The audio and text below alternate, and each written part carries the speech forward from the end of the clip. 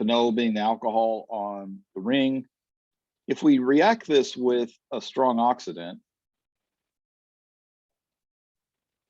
and we'll see that there are some versions, especially biological versions of this, where we don't really need a incredibly strong, we just need straight oxygen to do this process.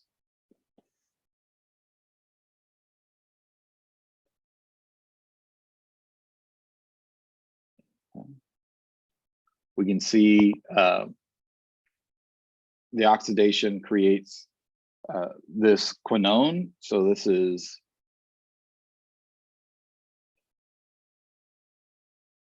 a quinone species. Not going to go through the mechanism on this one, but this is a biologically important reaction. So we can take a quinone, and that's going to take us to a hydroquinone.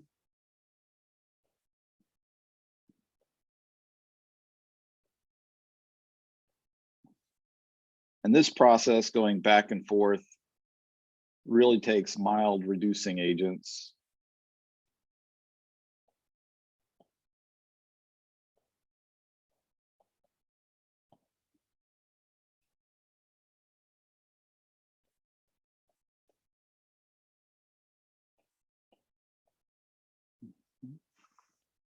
So we can turn phenols into quinones, but then the quinone to the hydroquinone can be done with mild reagents. And we'll see in a minute that some of these reagents are just biological reagents, not anything overly difficult. So oxidations of phenols. The other thing we need to talk about is biological oxidations.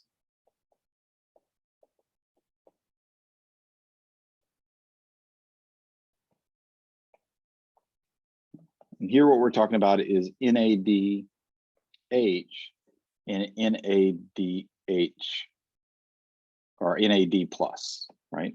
So this is our main oxidant in biological systems. You're going to see NADH and NAD plus quite a bit when you get to biochemistry, right? And for this one, so I don't have to redraw the structures, I'm going to pull this from my pictures. This is from your textbook.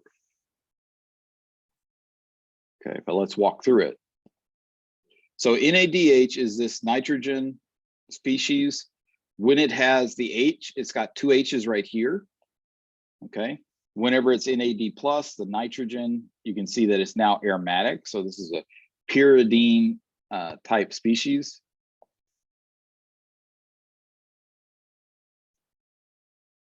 Right. So pyridine, PY, is this aromatic group. So what we have is a protonated pyridine. So that's our main structure in NADH.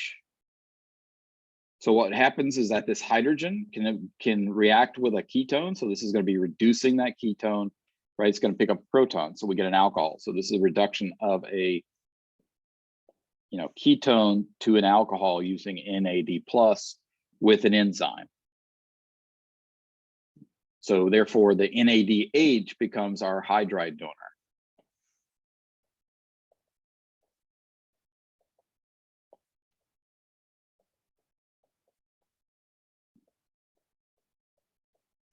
So biologically, you're not going to use sodium borohydride or lithium hydride. You're going to use the NADH plus. Now the NAD plus is a oxidizing agent, and so we can use it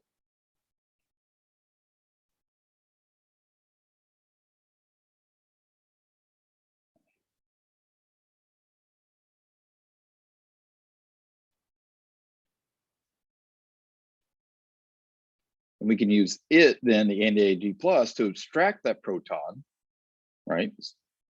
To then oxidize this up to the ketone. So here,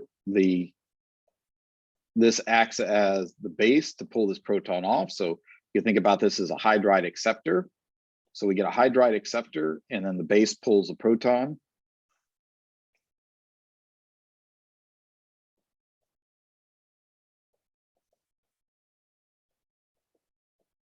right? Not a proton acceptor, but a hydride acceptor. And then that reforms in NADH+. So these enzymes would be different. You're not going to be using the same enzyme. You'll have an enzyme that's specifically made for a certain type of alcohols, right? But this is the biological counterpart to our sodium borohydride reductions, and then let's say the oxidation with Swarin oxidation or PCC.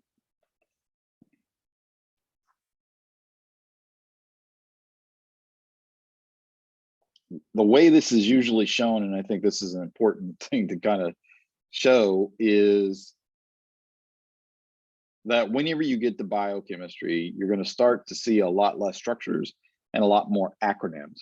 Okay, so if we think about the citric cycle, that's the way that we turn molecules into energy. So if we think about the citric cycle, what's happening is that NADH to NAD plus is coming out of that cycle. So as the citric cycle goes around, right, what that's doing is taking NAD plus to NADH, and then what the NADH is doing is helping oxidize create the ADP to the ATP with the triphosphate. Right, so it's going from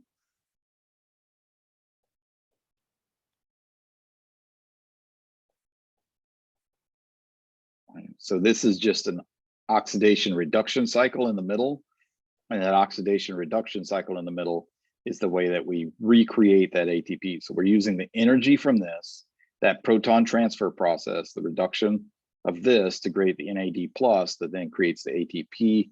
The ATP we know of, right, in biological systems as our energy molecule. Okay. All right.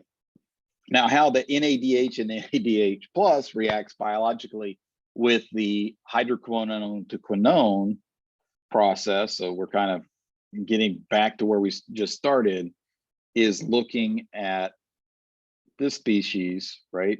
So here we have a quinone, right, biological quinone, right, with a different R there, and we see here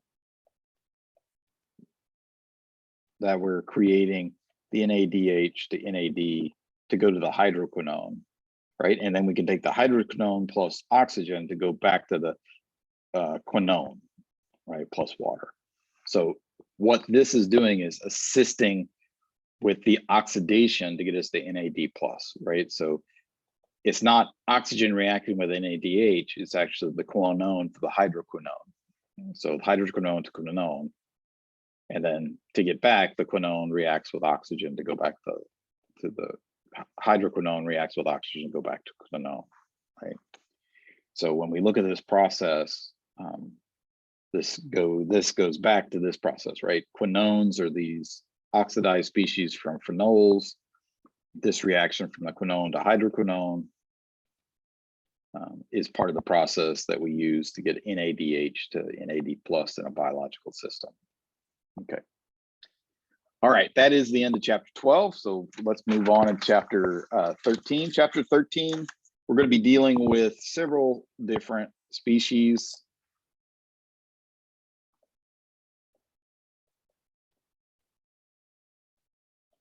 They're all closely related. So we're going to look at ethers.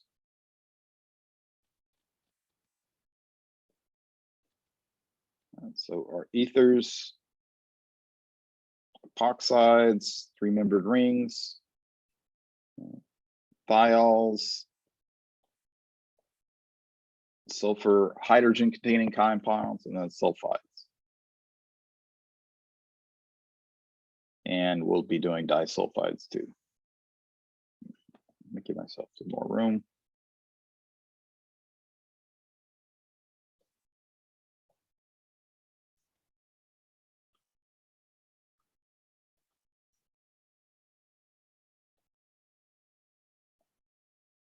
Because of the biological importance, I'll put disulfides here.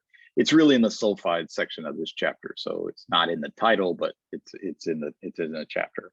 So ethers, we see ROR, epoxides are specific three-membered rings with an oxygen. Thiols is just RASH, sulfides are SR, so you can think about sulfides being the sulfur equivalent of ethers. And then disulfides are sulfur-sulfur bonds. You could think about them being similar to the hydrogen peroxides, so the peroxides, but they're not quite as reactive as the peroxides, so quite reversible actually, and safe biologically. So you're going to see them quite a bit in biological systems, and we'll get to that soon. So what we're going to do in this chapter is we're going to go through ethers, nomenclature, some fundamentals about them, what are the structural properties, and then we'll get into preparations of ethers, reactions of ethers, and we'll do the same for each one of these groups. Okay. So nomenclature of ethers.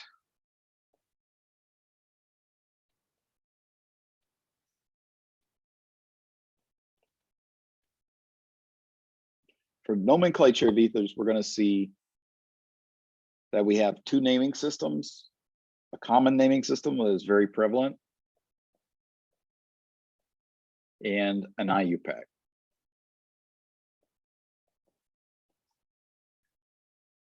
Okay, in the common naming system, really what we're looking at is the two R groups that are attached to our oxygen.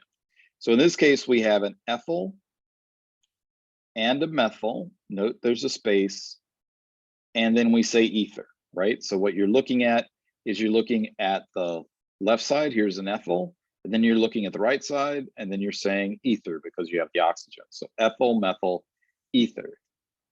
If we look at the second one, this is going to be tert, butyl, and remember here we have a hyphen, so therefore it's the B, the alphabet for B, not the T, and then methyl. So this is tert, butyl, methyl, ether. And this compound actually turns out to be a anti-knock agent in gasoline. If we look at IUPAC, IUPAC is going to use the parent name. And what it's going to do is use the parent name and then add the ether as a subgroup.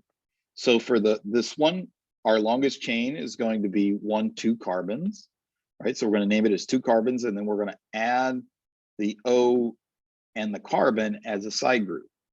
So therefore, this is going to be named as, pick a different color, ethane. And then on that, I'm going to have methoxy, right? So methoxy, the oxy being the oxygen. You can think about it this way. I'll put methoxy. So methoxy group. Here, if we look at this one, the longest chain here is actually just going to be 2 carbons, right? So everything else is just substituent.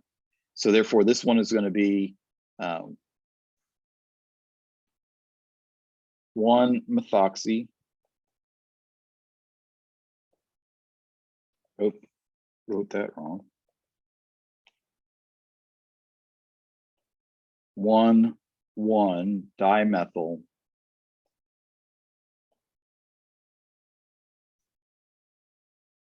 ethane. Okay, so 1-methoxy, 1,1-dimethyl ethane. Okay. Well, so let's try a couple of these. Give me the common name and then give me the IUPAC.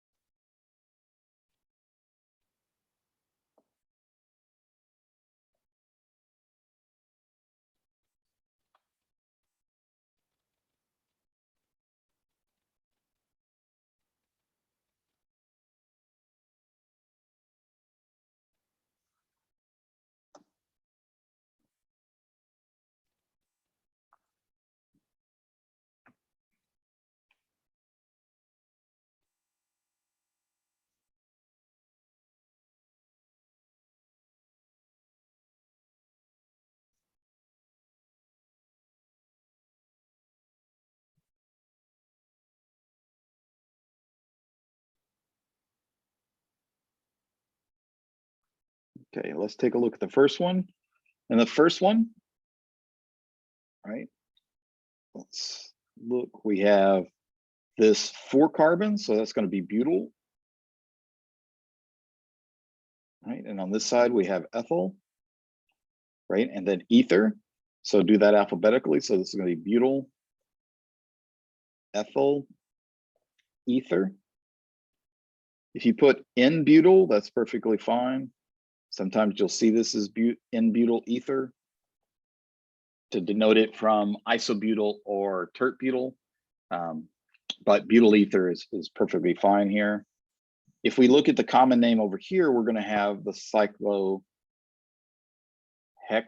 right? So it's a cyclohexane attached, and then ethyl. Again, looking in the alphabetically, it's going to be cyclohexyl, ethyl, and there should be a space, right? Ether. So 3 words. If we wanted to look at, let's redraw this so we can work through it together.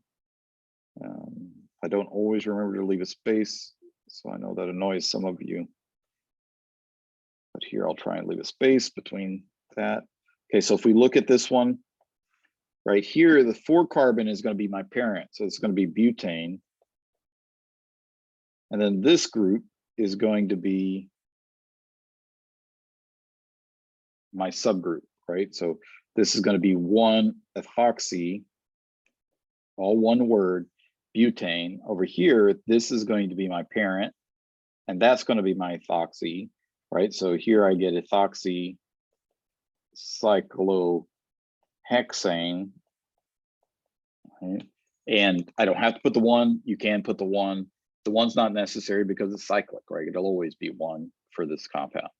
So the 1 is helpful, but it doesn't tell you anything you don't know from the IUPAC name. Okay, the thing to think about with ethers as IUPAC is that they're subgroups. Therefore, they do not get priority, right? You're not going to name something in the IUPAC system with priority to the ether, right? It would get priority if it happened to have the lowest number. It would get priority if it was the only thing attached to it, right? But it's not going to get priority because of the name. So ethers in the IUPAC don't get priority, not like alcohols, we're naming it as the alcohol. Enes and ines, we're naming it as the ene and ine, and therefore they get priority. Here, the epoxides are just a side group, so they're just halide, like halides or other R groups. Okay. There are some special cyclic ethers. Let's go with some common ethers that you'll see, right? Of course, we've seen this one. This is diethyl ether, right? Another one you'll see is THF. Another one which often gets mistaken, this is 1,4-dioxane. Okay. All of these are common solvents. We'll talk about in a minute why ethers make good solvents. But if we look at the diethyl ether, right, we've seen that one a lot. That's used with Grignard reagents and several other THF. We've seen that with the hydroboration oxidation. 1,4-dioxane, you'll see this one a little bit more.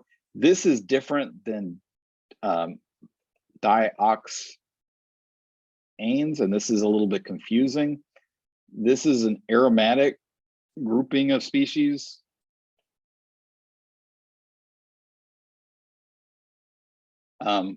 They do have oxygens on them, but it's not this solvent. So we've had students that have seen dioxane in the lab and knew about dioxanes being cancer causing and have been. There's a difference between dioxanes and 1,4-dioxane. So sadly, they both use the same name. One of the problems with common names. Okay. The other group that we need to think about is crown ethers. These are a specific type of ether that are used as catalysts. A crown ether is a cyclic ether with several oxygens in it. So if we look at this, this is a crown ether, and this particular crown ether can coordinate with lithium. All right, so let me change my colors here. So this is the crown ether. This is known as 12 crown 4 ether.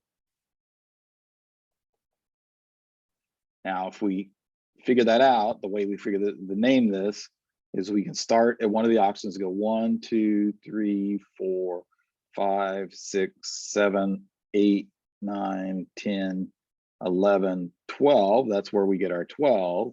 And we have, you know, 1, 2, 3, 4 oxygens, right? And I know some OCD people like me out there, this would drive you nuts, the fact that I put different oxygen numbers on different ones. So let's fix that. So 1, 2, 3, 4, right? Just 4 oxygens.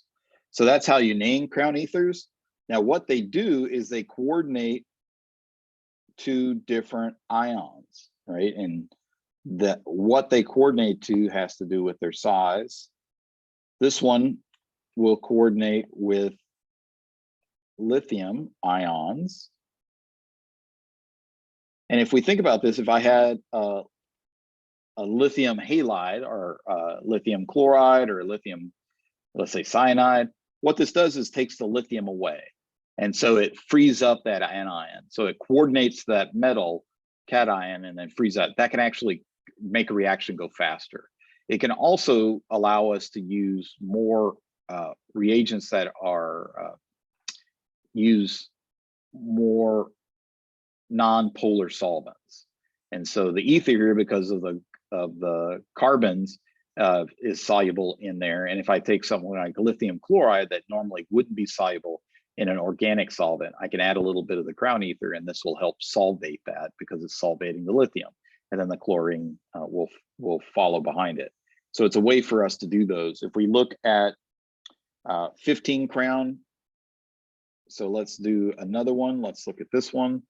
Oxygen, oxygen, oxygen, oxygen, oxygen. Okay. Now I'm connecting all of these with ethylene groups, so 2 carbon groups.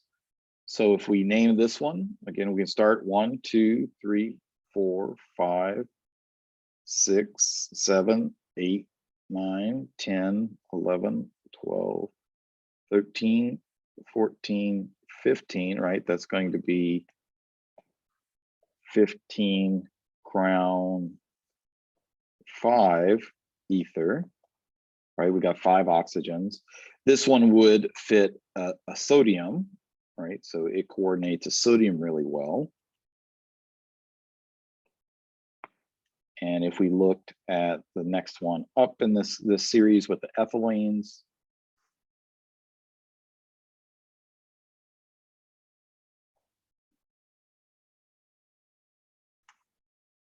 that's too many. That's not the next one up, that's 8.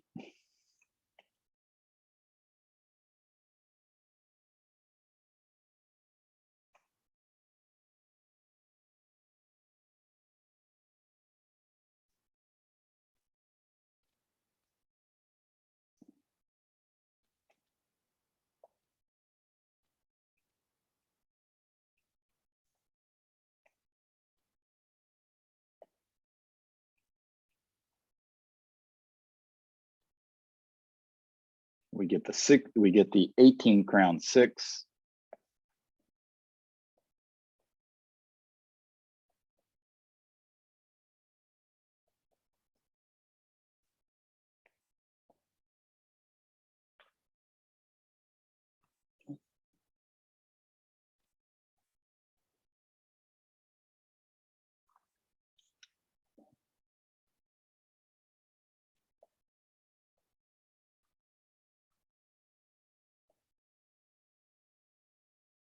Okay, so let's move into preparation of ethers. The first one is just really industrial. If some of you end up in the petroleum industry or chemical engineering, you're going to see these. This one's pretty straightforward. You take ethanol and react that with, you know, some type of strong acid, sulfuric acid. It doesn't have to be anhydrous, so I'm going to add water here. we can end up with diethyl ether. The nice thing about this reaction is that the acid is somewhat catalytic, and you can, this is what could be known as a continuous reactor. So you just pour in ethanol and then the ether boils off. So you kind of, it's kind of like if even you made sourdough bread, right? It's kind of like your acid and water is your starter, and you're just adding more ethanol to it and ether's coming out of it. The way this reaction works,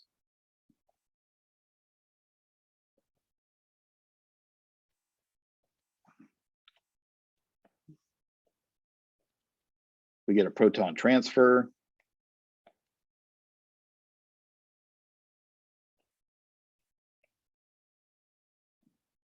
We get, that becomes a good leaving group.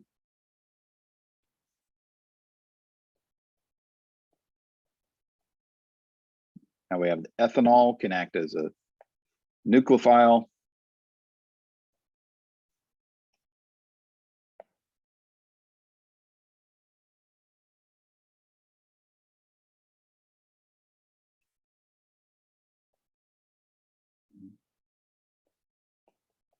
Now we have our water.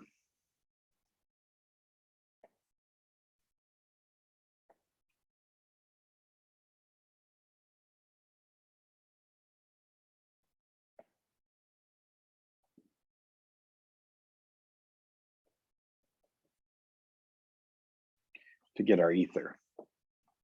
Not really beneficial in the lab, but it's limited to symmetric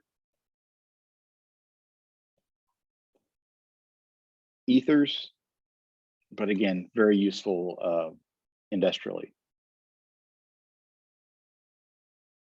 Got a question about the crown ether, so let's jump up there. There is in these ethylenes, right?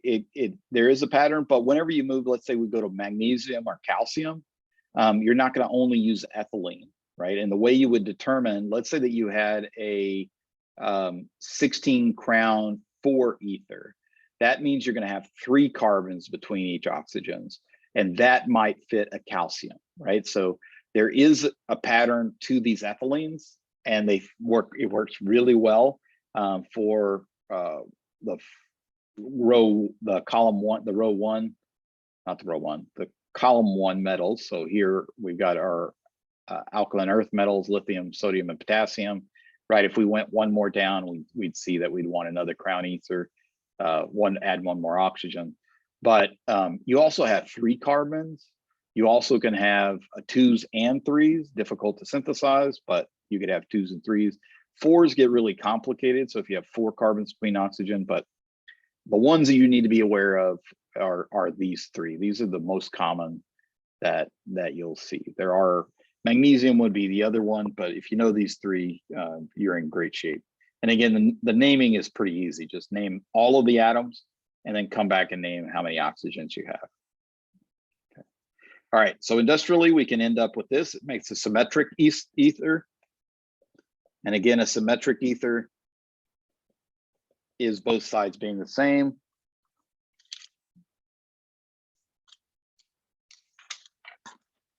We can also prepare ethers with the Williamson ether synthesis.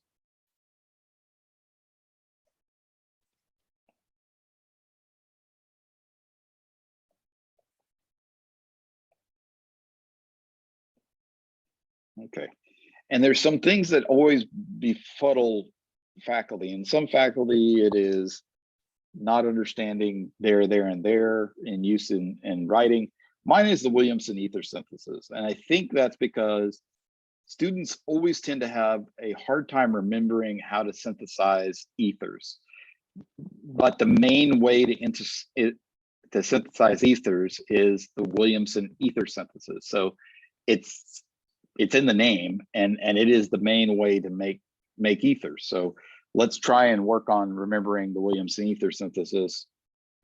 Okay, so what happens in Williamson ether synthesis is I take an alcohol, I react that with something that will make a quantitative base like sodium hydride, right? And then I react that with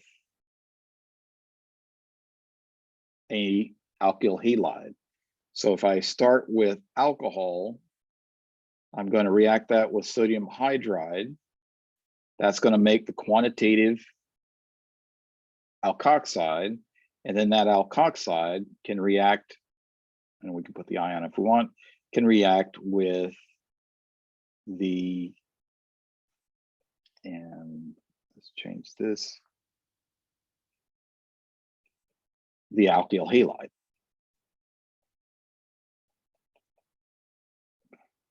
So looking at the mechanism here,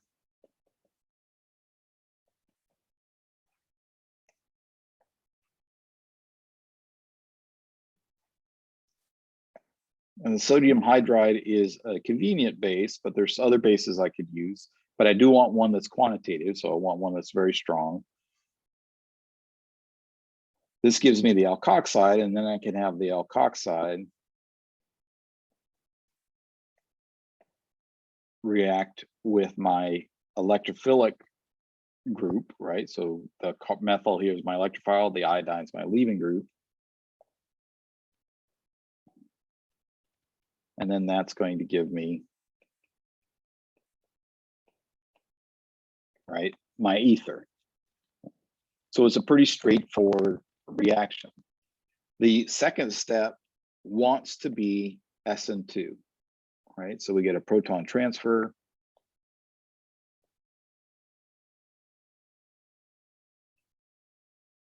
Second step, we get, this could make symmetric or non-symmetric or unsymmetric, right? But the SN2 is the second phase. So what that means is if I was trying to make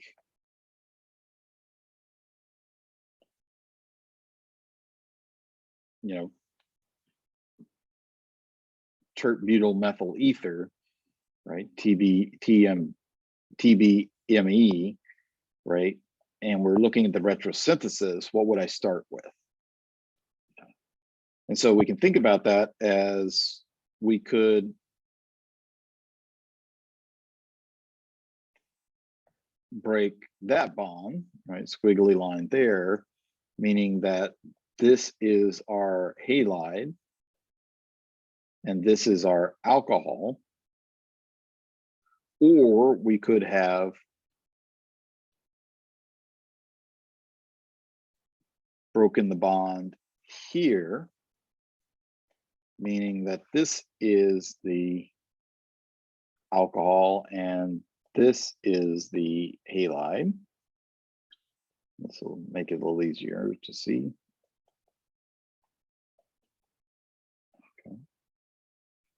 Okay, and so looking at this, so if we're thinking about which way should we do this, which of these it favors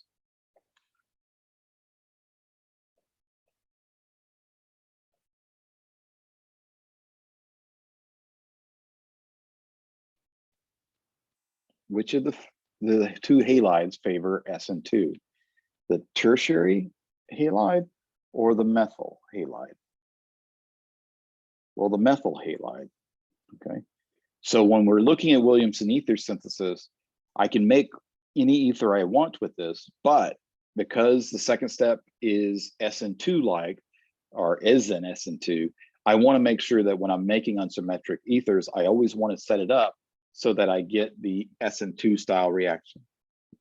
Okay, so that means for this one, the best way to do this one is to start with our most substituted alcohol, react that with our hydride to give us the alkoxide, and then add in our alkyl halide. Okay. If we try to do it the other way, what's going to be the reaction, an SN2 or an E2? It'd be an E2, right? So we need to set this up for an SN2, and the best way to set it up is the primary methyl before primary before a secondary. And if you do tertiary, you're not going to get the SN2, right? So making di-tert-butyl ether through this mechanism would be, through the Williamson synthesis is one of the cases that it's not going to work. Okay, so let's try a couple of these.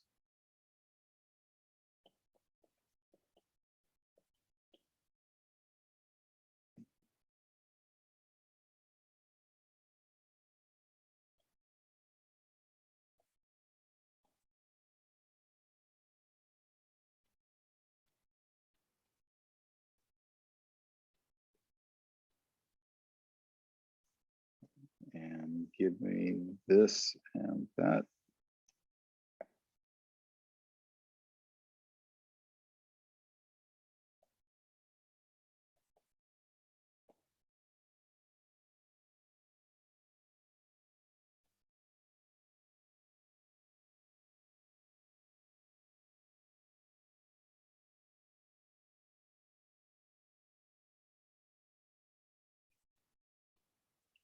And then give me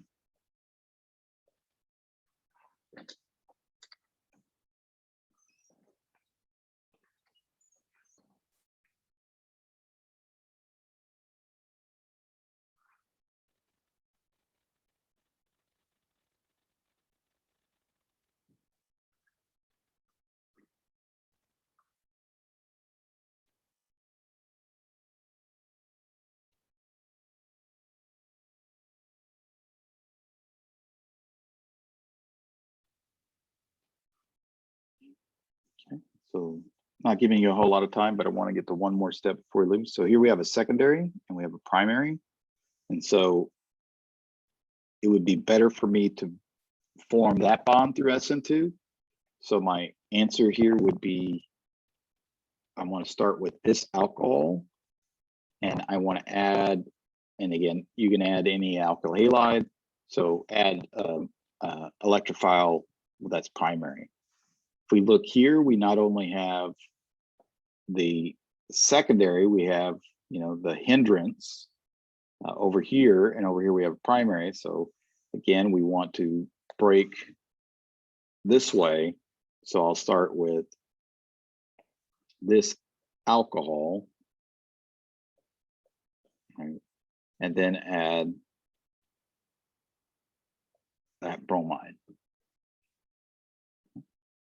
All right, the last thing we'll cover today is alkoxymercuration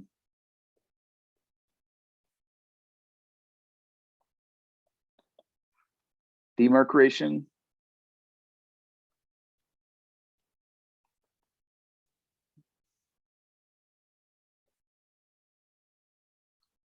And what we're doing here is we're just, remember when we added our oxymercuration demercuration, we had our acetate and we always had water.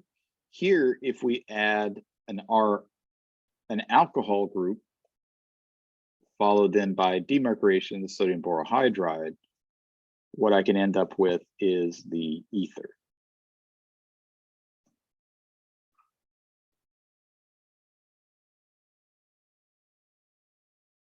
You know, so if I took, oh, and I know that's going to bother somebody, so let me move this one. It would bother me too, I know. Okay, so if we took this, right, we could react that with mercury acetate and ethanol, followed by sodium borohydride to give us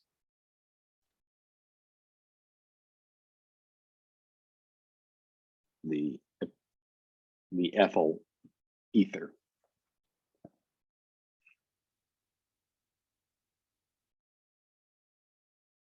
Mechanism is going to be the same as what we saw for oxymercuration demercuration. We're just going to end up here. Okay. The thing to remember about ethers, and this is going to be important when we look at it tomorrow, is that the ether is actually an oxygen carbon bond, and that group, right, is this group, which is not a great leaving group.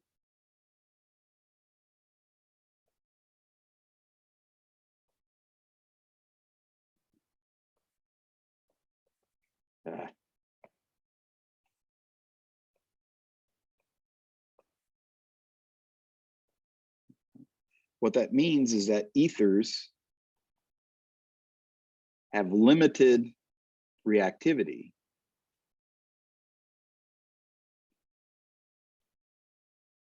As we'll see when we look at reactions of ethers next time, and therefore they often make great solvents. Because one of the things you want with a solvent is that it's not reacting with everything. So this is a good solvent. So you'll see ethers as good solvents. Okay. Yes, oxymercuration, alkoxymercuration, demercuration is Markovnikov style, just like oxymercuration, demercuration, right? So the only difference here is instead of adding water, you're adding an alcohol. And when we get to amines, you'll see we can also use and have an ammonium mercuration, demercuration, where we add amine. So whatever your nucleophile is in your first step, add. So if it's water, you get the Markovnikov. If it's the alcohol, you get the ether Markovnikov.